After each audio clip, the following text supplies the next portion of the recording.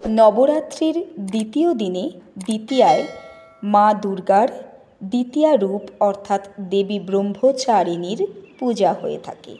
দেবী জ্ঞান এবং তপস্যা আয়ত্তে করেছেন, তাই বিশেষ করে যারা ছাত্রছাত্রী তাদের পক্ষে এই পূজা অতি উত্তম। দেবী ব্রহ্মচারিণী কঠোর তপস্যার মাধ্যমে এই স্বরূপ ধারণ করেছেন। সবই দেবী দুর্গার রূপভেদ। দেবীকে শ্বেত বস্ত্র পরিহিতা দেখা যায় এবং দ্বিভুজা, এক হাতে কমণ্ডলু এবং অন্য হাতে জপমালা, এই রূপে দেবী বিরাজিতা।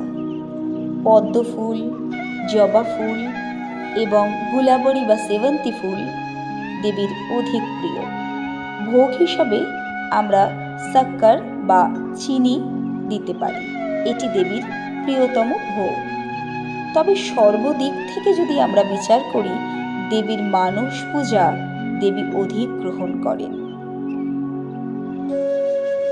দেবীর এ অসামান্য রূপের কাছে সমগ্র ব্রহ্ম হাত জোর করে বলে, ব্রহ্মচারিণ্যই নমো নমঃ।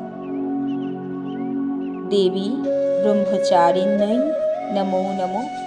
দেবী ব্রহ্মচারিণী মাতাই নমঃ। জয় মা দুর্গা, জয় মা ব্রহ্মচারিণী।